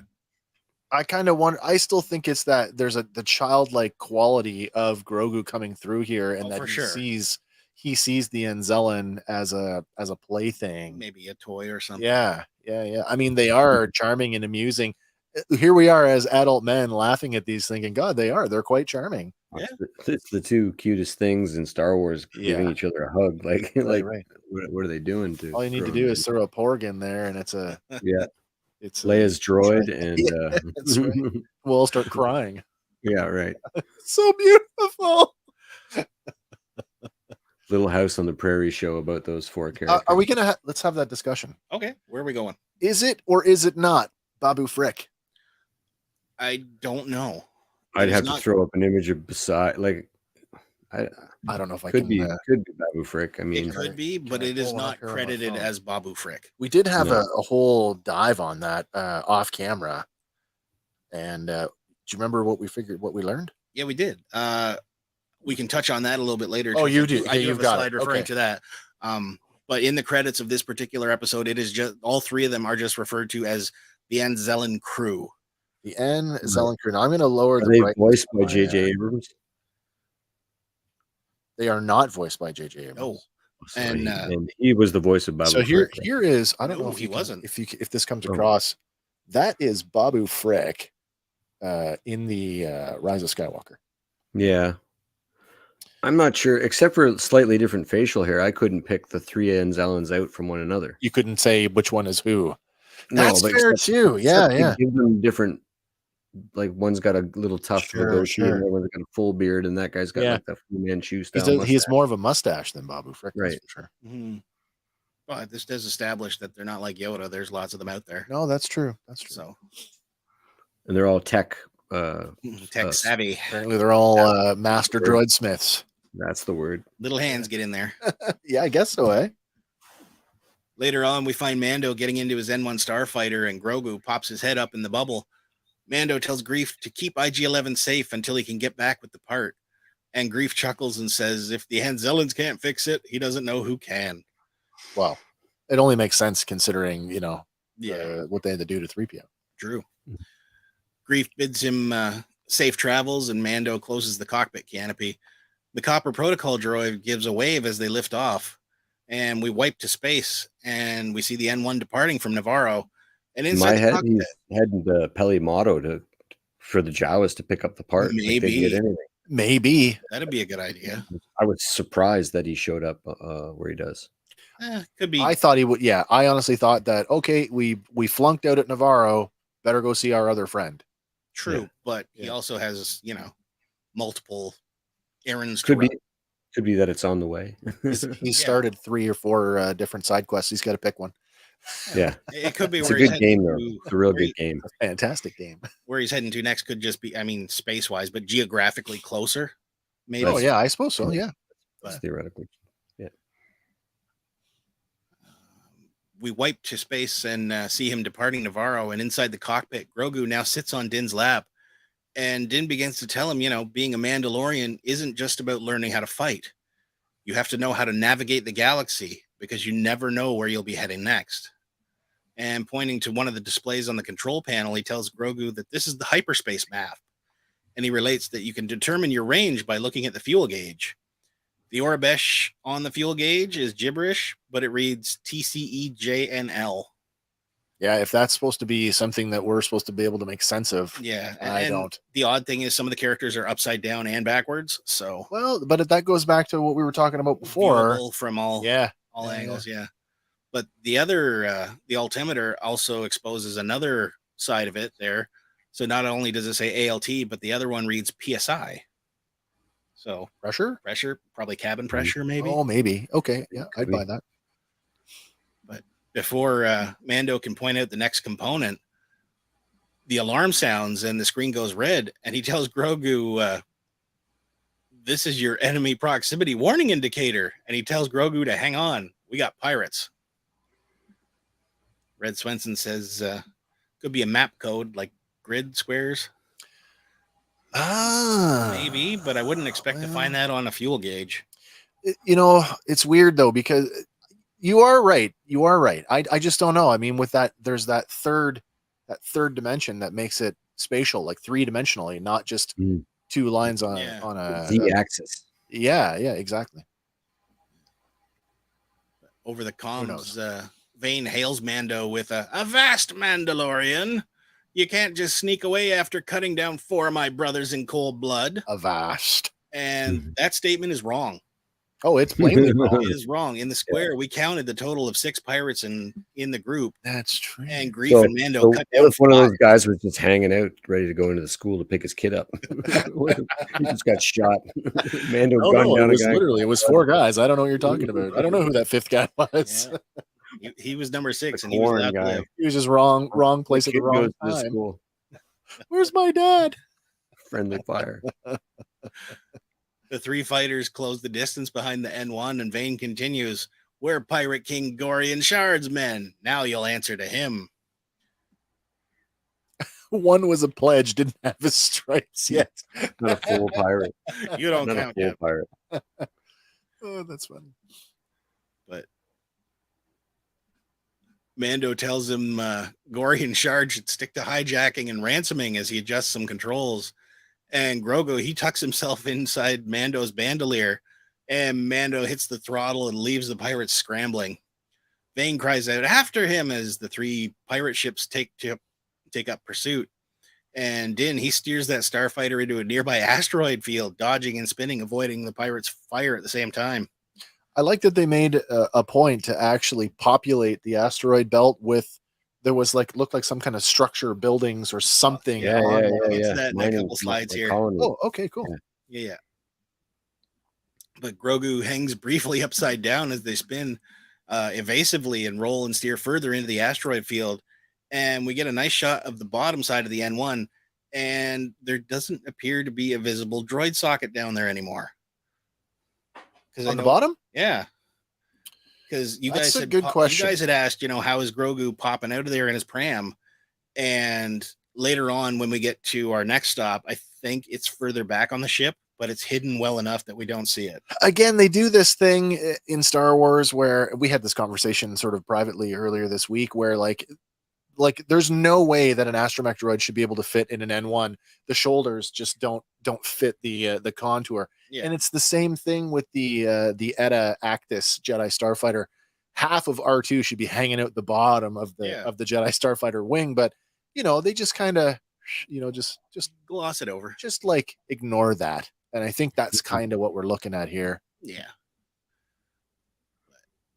The 3 pirates, though, they follow Mando further in, and the enemy proximity warning goes off again, and 3 more incoming pirates show up on the screen. Mando rolls further into the asteroids, but Vane is right on him, and skirting around one large asteroid, he hits the throttle and circles the rock, coming out in front of 2 of the pirates, blasting one of the oncoming ships.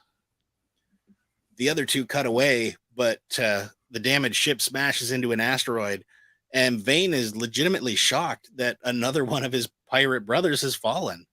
I love the creative use of cover in this fight. Yes. Yeah. We see a Klaatuinian pilot in one of the other ships, and the remaining 5 converge behind Mando and fire. The interior of the N1 is illuminated from all the cannon fire streaking past them, and all the while, Grogu is just giggling away with glee. As he's got the Mando's bandolier as a seatbelt. Yeah. Yeah. The N1 skirts between more asteroids and blaster fire with hairpin maneuvers. And among some of the larger asteroids, he skirts in and they lose sight of him. and Vane calls out asking if anybody has eyes on the Mandalorian. And the Trandoshan pilot hisses back, "Not yet." But we get a great shot at the underside of the pirate vessel. Oh, yeah. Just before it flies in behind a large rock, and an explosion emerges from the other side with a perfectly timed musical cue. Vane gets a glimpse of the N1 before it's lost in the asteroids again, and we see a Shydop pilot just before he passes by an asteroid with a large crater that's been hiding the N1, and Mando picks this pirate off with ease. This isn't the first time we've seen a Shydop, though. The last season, they were shown prominently in Chapter 15, The Believer, where they were also identified as pirates. Yeah. Shydop pirates, and they were trying to blow up the shipment of Rhydonium. Yeah. So now with 3 of the 6 pirates eliminated, we're left with our Nikto, Vane, and 2 Klatooinian pirates. And they fall into formation to search for Mando, but the N1 emerges from behind them, and Mando fires, destroying the ship in the middle as the other 2 flank off. And he doesn't let up as the pirates try to flee, and the remaining Klatooinian takes a hit, causing him to crash in some of the outbuildings on the asteroids. And this must be where Grief said that the Belters were mining. Right. So going back to what you had said about, Well, they made a point to show. Yeah. Still on the run, Vane radios ahead that he's bringing the Mandalorian to you, Captain, as they sweep past a sizable asteroid to reveal what the descriptive audio calls a massive Corsair with an anvil-shaped prow. Corsair. Waiting on the other side. That's cool. I love the old-timey sailing reference. Well, Avast G Mandalorian. Well, I love that stuff. It's fine. Even the Falcon is a Corvette, right? The Falcon? Yeah, the Falcon's a Corvette. It was always referred to as a freighter, I thought. Or sorry, freighter. Corsair. Not the Falcon. Leia's ship is a Corvette. That's what I meant. What I meant. Yeah, not Okay. the Falcon. A Corvette. The Tantive. Yeah, but this one, it strongly resembles an Eclipse class super star destroyer.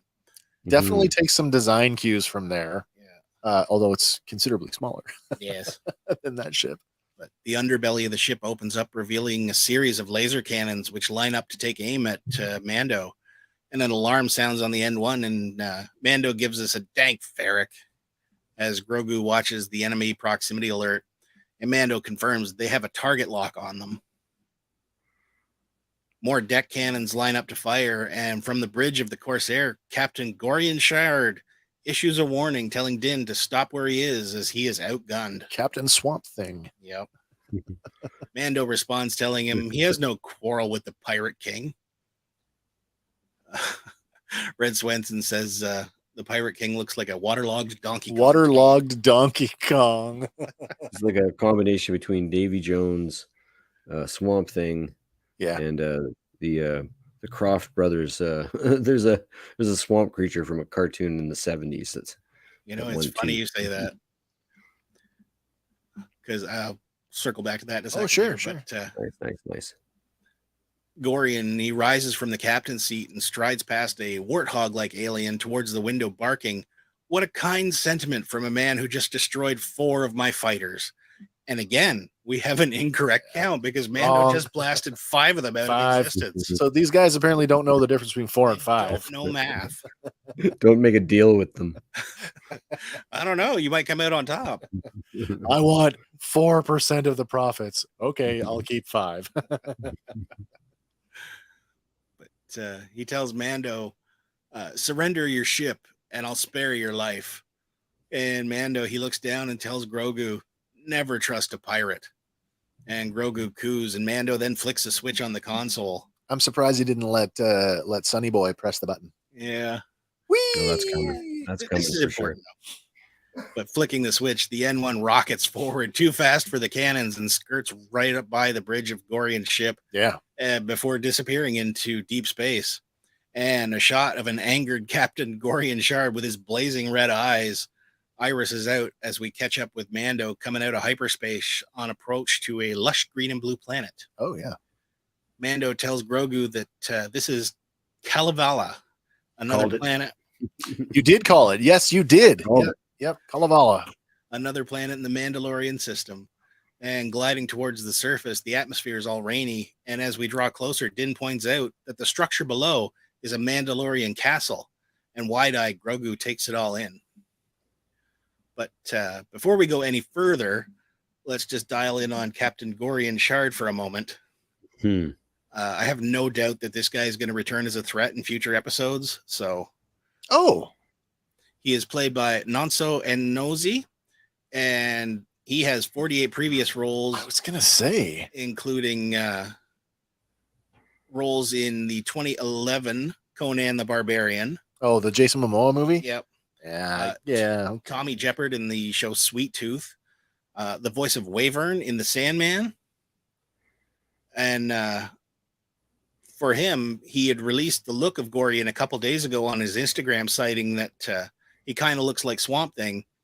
But similar to what you said, Hank, I think a more accurate description would be a mashup of Swamp Thing, Davy Jones, and maybe the Grinch. There's, I don't know if you guys can see this thing. This is that Sid and Marty Croft creature. Oh, right. From the 70s. He looks a lot like that guy. There you go. Sigmund the Sea Monster. But yeah, that's our Gorian. Also, the pirate ships that Gorian is so ticked about losing, they're not named. No. But they do bear some resemblance to the I-7 Howl Runner. And there also seems to be a bit of that Porsche ship design incorporated as well. But they could also be a new interpretation of the R1 Star Chaser from the RPG. And before I looked it up, I thought they looked a lot like the Buck Rogers. Oh, they kind of do, don't they? And then I get that vibe too, especially compared to the Howl Runner.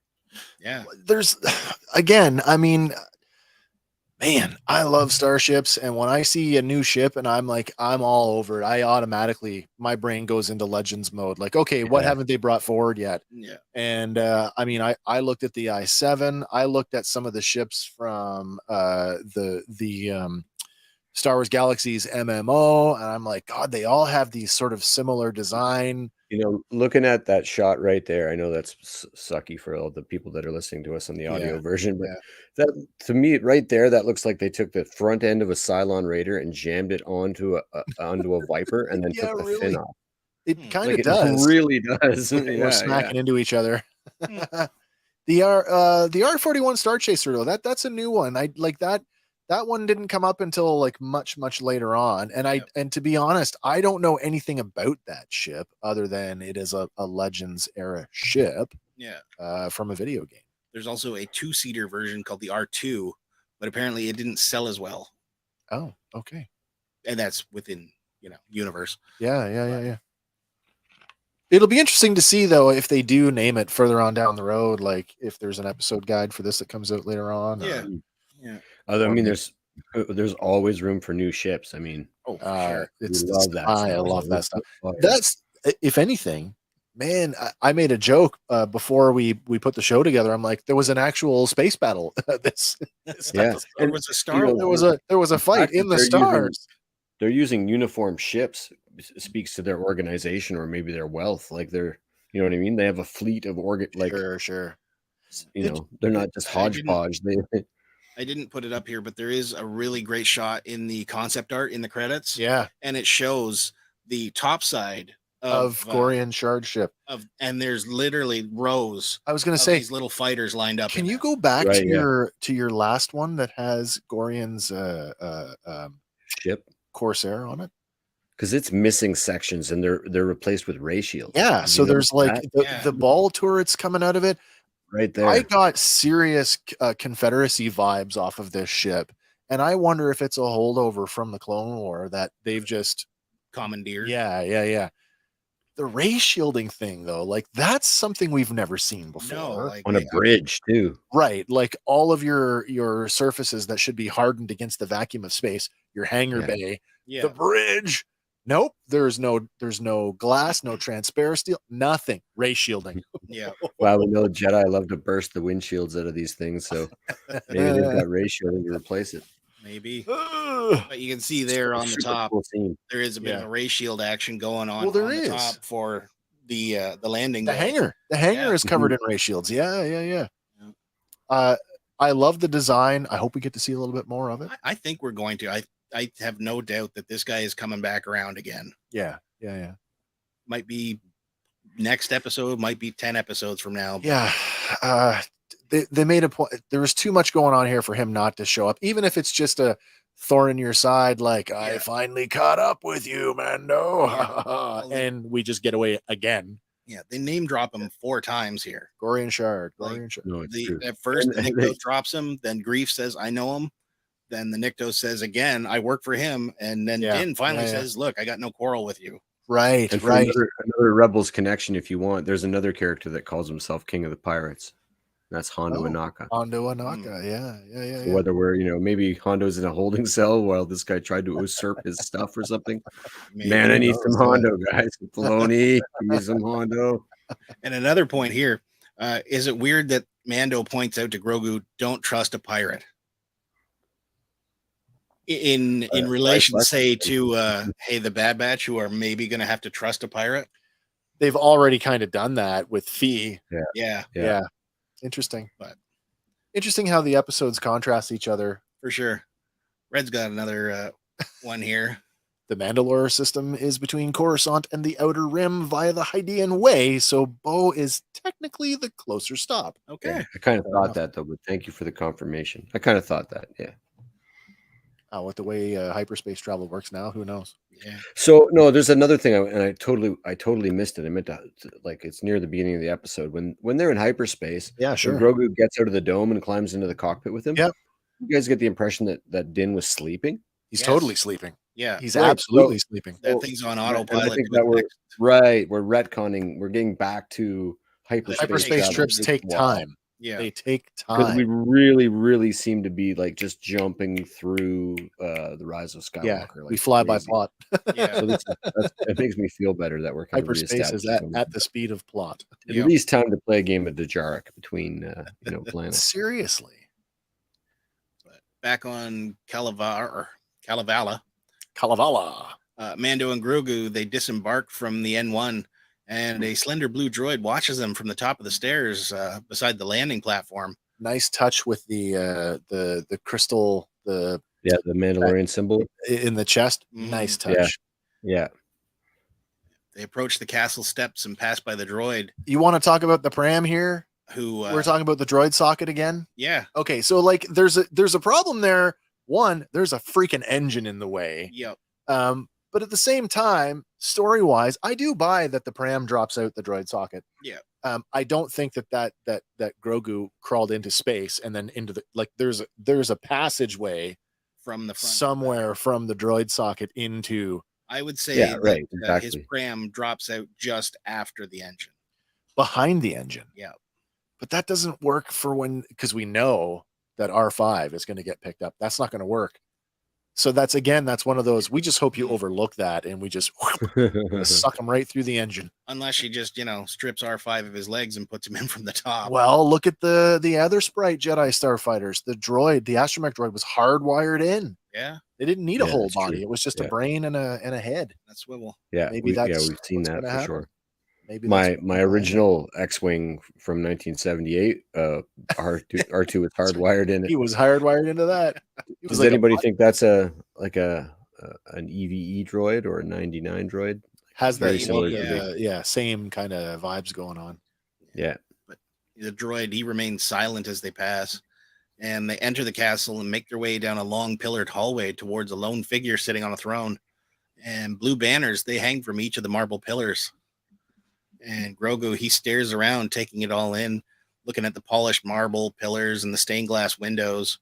And drawing closer, Mando calls out, "Bo-Katan, it is Din Djarin." So there's a tonal shift here. We went from a Western and Navarro, then we went to a pirate movie, and now we've just gone to a medieval sword and sorcery. 'Tis I. I love it. Did you catch the what's on the tapestries too? I did catch the night owl symbol. Yeah. But there's a twist to it, which will come up here in a minute. But then right before the throne, he declares, he's here to join her. I'm here to join you. But Bo replies, "There's nothing left to join." And Din asks, but what of your plans to retake Mandalore? And she tells him that when she returned without the Darksaber, her forces melted away. And Din, he asks, what about the stolen fleet? And she plainly tells him that they're making their way through the galaxy working as mercenaries. It's interesting, I kind of got the feeling like she says that they left. We only ever saw her working with Casca Reeves and Axe Woves. I didn't get the impression. I got the impression that those three were pretty tight, like that they were. At least those three were tight. Yeah. So did they just kind of buckle under peer pressure and take off because, well, or did they really turn on her? Or did she throw a fit and kind of drive a wedge? Or she just told them to go away. Maybe. It's not lost on me too that the sculpture in the background, that relief sculpture, is Mandalorian fighting Mandalorian. Yeah. Yeah. Red Swenson says, classic Mando power move. I'm going to watch you walk down my 100-meter corridor before I acknowledge you. Yeah. Star Wars, Game of Thrones. Seriously, yeah. And she's sitting in that chair like Maul sat in the actual kind of, yeah. All just kind of like Cavalier as F. Yeah. Bo then asks Din if he still has the saber, and he tells her he does. And Bo then bluntly tells him, well, then you lead them. You lead them now. Wave that thing around and they'll do whatever you say. Mando, he questions, so you gave up your designs to retake Mandalore? And coldly she tells him, your cult gave up on Mandalore long before the Purge. Where were you then? And the Children of the Watch and all the factions that came before fractured and shattered our people. Go home. There's nothing left. She preaches like she completely forgets that she was part of the Death Watch. Well, yeah. She's part of the fracture. She says like that she has no involvement in it though, right? Like, yeah. But Mando, he pauses a moment and tells her, I'm going to Mandalore to bathe in the living waters and to be forgiven for my transgressions. And Bo tells him he's a fool. There's nothing magic about the mines of Mandalore. They supplied Beskar to our ancestors and the rest is superstition. She continues, the planet has been ravaged, plundered, and poisoned. But Din questions, you said that curse was a lie. Make up your mind. Yeah, make up your mind. So, and there's another thing she needs to make up her mind about there. So if this is all just myth and legend, why doesn't she take the Darksaber and not worry about challenge him for it right now? Or just take it as a gift because he's willing to give it. What does it matter? I know that she's done that and failed she's already. Already done it once. If she's eschewing the Mandalorian, myth and magic, then why not take up the mantle and just tell everybody you won? What parts of Mandalorian tradition do you follow? Like, how do you decide? Right. So, and he says it plain, like he's not speaking about that necessarily, but make up your mind. Yeah. And I think that circles back to like her telling him there's another way. Oh, yeah. And should he come into full leadership, there's going to be a new way that's like a hybrid of both. You may be right. Maybe right. Yeah.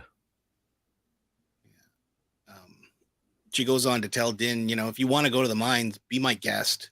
They're beneath the Civic Center in the city of Sundari. Thanks for the directions. Yep. And Din, he thanks her. And as he turns to leave, he tells her, I will find out if the planet is really poisoned. And remaining reclined on her throne, Bo-Katan wrings her hand and quietly says, goodbye, Din Djarin. Like it's the last time she's going to see him? Yeah, as Mando and Grogu march out. And we cut to black. Oh! What a awesome way to start the season. That is like a super strong opener. I'm not even really bothered by the fact that we had to revisit the whole "you're apostate, you took your helmet off" thing. Okay, that's nice. I mean, I'm glad you did that. I have to wonder though. Do you think they wrote that in like later on, like just as a reminder, because maybe they're catching on that not everybody consumes everything? Sure, and there was a lot of negativity. Sure, they thought that too. Plus, I mean, it was wrapped in such a cool cold open that it's almost incidental. Like they could have just had a scene and it would have been dry and boring, but they had a nice alligator turtle attack first. Mm-hmm. I like that. I don't know what there was about that. I liked it. Yeah, I really liked it. I did see online some people are saying that him going to the armorer is retconning what she told him in the Book of Boba Fett, but I don't see how. That's what I said. Like he gets a pass. That's why I said like it's almost redundant that they did that. You know, in story, what was the reason for him to show up there for something that she already told him? Yeah. Well, he does have the artifact, and he just wants confirmation from somebody else who would know. So the artifact thing, that's the only thing that makes me go, okay, that's why, like I said earlier, he's not asking her, he's telling her, Yeah. I have this, and that is my proof that there's something going on there, and I'm going to go and find out more. And when I do, this is what's going to happen because this is the way. Yeah.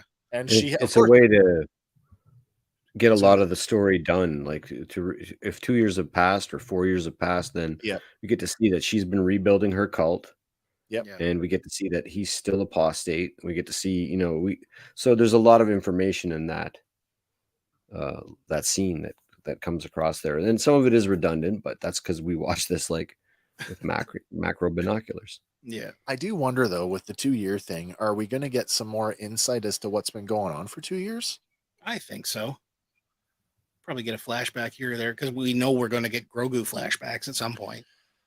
More Jedi, Well, I think stuff. Yeah. Well, that's flashback of many years ago. But I think that we're covering what's been happening. Like this is why we're doing these little return calls here. We went to Navarro. We've seen Navarro develop. That informs us there. We've caught up with Bo-Katan really early. Yeah. We see what she's been doing for 2 years, and she's floundering. So apparently she's been sitting on that chair, putting a yeah. My leg would go to sleep up like putting a butt print in that thing. Yeah. But so I really think that we're revisiting in the first maybe 2 or 3 episodes might be revisiting all these threads. Oh, maybe. And informing us where we are in the story so that we don't need to, we have an organic recap, if you will. Mm-hmm. I speak of recaps. I quite like this. They're teasing a quest for repentance, find the MacGuffin, and getting the band back together, and I'll get you, Gadget. And you're the leader now. Did I miss anything? Oh, how to be a better dad. I don't know. He's doing okay. He's got chainmail on the kid. We're good.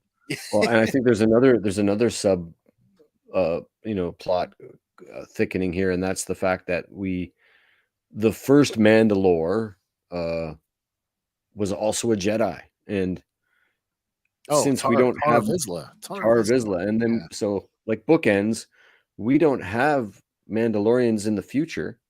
When we're, the sequel trilogy didn't even have one, and they've all had at least one as a point. We didn't have any. Thematically speaking. So I think it's Grogu's destiny to be the Omega of this Mandalorian Jedi with the Darksaber at the end. Like that makes empirical sense. I always felt that Gwendolyn Christie's character was the Boba Fett of the sequel trilogy. Certainly this character that had so much potential, that had few lines of dialogue, and then died falling into a hole. That was literally them trying to Boba Fett someone on purpose rather than I guess so. Yeah. Even Maul wasn't on purpose. True. Oh, the fabled "Are you the chosen one?" How could I forget? But back to in here, like you had pointed out, Hank, on those banners, it is different from what appears on the concept art. Oh, because on the concept art, it resembles more closely to what was in the Clone Wars, but here it's almost a brand new symbol. It's probably the Kryze. Probably the Kryze crest. Kryze, Clan Kryze. Let's see. I'll see if I can find a shot of that. Because I went searching for it. The only ones I could find associated with prior was the Night Owl one. Yeah, and this is her ancestral home, right? Like this is her birth planet. And that's what she still sports on her shoulder. She does, yeah. The Night Owl is the helmet thing. Of the Death Watch, right? Yeah, it's the eyeball bits on her helmet are the Night Owl symbol. Yeah, right. There really is no there's no canon entry for Kryze. Not for a symbol anyway. Yeah. Not that I can find. The symbol in blue and yellow there, that is on every banner on the hallway going down there. Oh yeah, sure. So it seems reasonable to me, Clan Kryze. That totally makes sense. Yeah, that this is the ancestral Kryze home, their castle, I guess. Yeah. Well, the new one off of Mandalore. Well, so Satine was literally taken from the planet as a baby and made the Duchess of Mandalore, like similar to the Padme's situation there. So are we not saying that this actually is Bo-Katan's home world? This is actually where she's from. Yeah. 100%. Yeah, this isn't a place that she's settled. This is where she's actually from. 100%. Yeah. This is her birth planet. Absolutely. Yeah, so this would be in the Mandalore system, right? Yeah, absolutely. And I mean, we think of Mandalorians as coming from Mandalore, but then remember, Satine, as the Duchess of Mandalore, was responsible for like 1,500 worlds or something. Like, right? It was the independent system. One. So neutral systems, and then even the Wren family, the home world of the Wrens is Crow's Nest.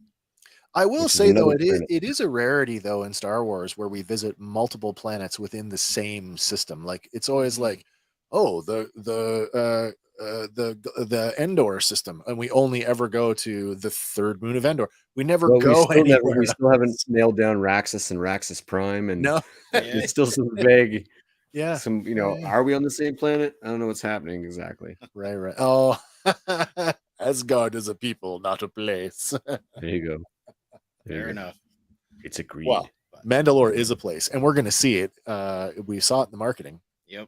We saw the. And I have to admit, I thought the green dome was Kalevala, and so maybe we are going to get some Mandalore back in time, because it was it's like Sabine says, grassland. Can you imagine now this is just wishful thinking, but with the renaissance of Star Wars that we're experiencing right now, can you imagine a throwback to the Duchess being alive with Obi-Wan standing off in the corner? Doesn't even have to have a line. Just stand there. True. Just in the background. Yeah. Well, didn't I see a meme pop up today about a Mandalorian going searching for Obi-Wan, and he takes his helmet off and he's very Obi-Wan-ish. Corky. Corky. Live action Corky. Yeah, Corky. It's too on the nose to write it off. We all laugh about it, but like there is that air of like, maybe. And if and it's just funny that this is his auntie, but Obi-Wan doesn't know she has a sister. But how old is Bo-Katan? Because could Corky be her kid? And stuff like that. Yeah, there is that too. There is that. A lot of questions. We're not a Star Wars show. No. And to prove that, let's dive in on a couple of our players from this episode. Oh, sure, let's do it. See what else they did. In the role of the Copper Protocol droid is Parvish Sheena.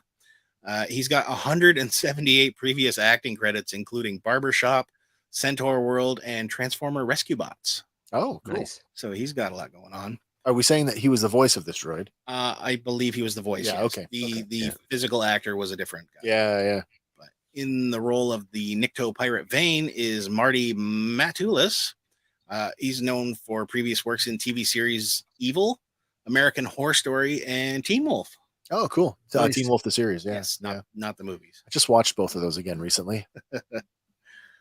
Next up, we have Shirley Henderson in the role of the Anzellan crew. Ah, right. And she's got 90 previous acting credits, including providing the voice for Babu Frick in The Rise of Skywalker. Well, that's what I wanted. That's what I wanted to dig on. Yes, what you dug up today. Yeah. So she was she was the puppeteer for Babu Frick, and when they were developing the character, as she was puppeting the character, she just started speaking in that hey that voice, and they're like, "Yep, that's how they speak."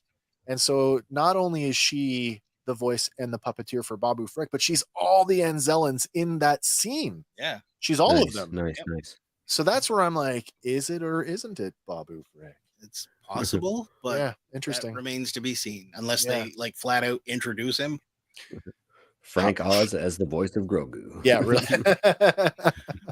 And last and certainly not least, Misty Rosas is back again in the role of the pirate coxswain. And I'm not 100% sure which pirate this was, but I believe it was the Quarren, just because the height. Well, so coxswain is a Navy term, right? They're the chief. They are the highest enlisted rank on a ship. Okay. So there's every chance that she was the warthog dude standing beside that's listed Gorian as a Shard. different guy. Is it? It is a Oh, different what guy, do you know? yeah.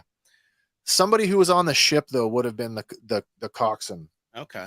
Could have been one of the pirates that was gunned down, but True. probably somebody on the bridge of the ship. Yeah. But, you know. Was there any women in that scene? But she's as a character actor, she's yeah. in creature creature makeup. You might not tell sure, at all. Sure. But you'll remember from our show and, you know, yeah, noting this before, but she was the physical role for Queel and Frog That's Mom. right. Yeah. Yeah. Yeah. So Frog Mom. nice shout out see to her Frog back. Mom. I hope their eggs are doing all right. What's left of them? Grogu's not near him, so we're okay. But yeah, that's our kickoff for The Mandalorian. It was such a good week, as stressful as it was to handle 2 shows this week and to make sure that we were prepared for them. I think we did great, and I think that they delivered on both counts. Yeah, like I know you had said, Hank, that last week's Bad Batch had you like wanting more, like on the edge, but yeah, no, this definitely week they delivered with that, and then they just kept hitting with the Yeah, right? yeah.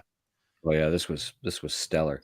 Man, we got a few more weeks where we're this is what Sundays are going to look like for us for the next couple of weeks as we do 2 episodes a week until we hit the finale of triple episode Bad Batch, where it's a triple drop, which means we'll be hot footing it then. But that's a problem for another day. That's tomorrow's problem. Right. Listen, guys, for those of you who tuned in live, thank you so much for joining us. As always, I would ask for your support. If you haven't already subscribed to the channel, please do go over and subscribe to the channel. Like the live stream as if it were just a regular old YouTube video. Tell the algorithm that you like this stuff so that we can get suggested into other people's feeds as well. Do check out our social media and give us a like over there as well. Don't forget, Tuesday night, Random Fandom happens at 6 p.m. live. It is a call-in show. We do have an embedded WhatsApp link both on the YouTube channel and in our Facebook, so you guys can call us up and have your say about the entertainment news that's important to you, because some days we're struggling for things to talk about. So love to hear from you. As always, hit us up in the comments. And guys, come and see us next week when we do this all over again. Anything else you guys want to chew on before we wrap it up? Join the conversation. It's fun. It is fun. Yeah, I can't wait. I'm Wednesday can't get here soon enough. Yeah, I'm mental over the Purgles. Yeah. So close to this. This is all I'm waiting for. Yeah, that's what I'm waiting. All right, guys. Well, I guess that's it for us here at Fandom Power. Until next week, my name is Wes. My name's Andy. And I'm Hank. And we will see you on the next one. Bye for now, guys. This is the way. This is the way.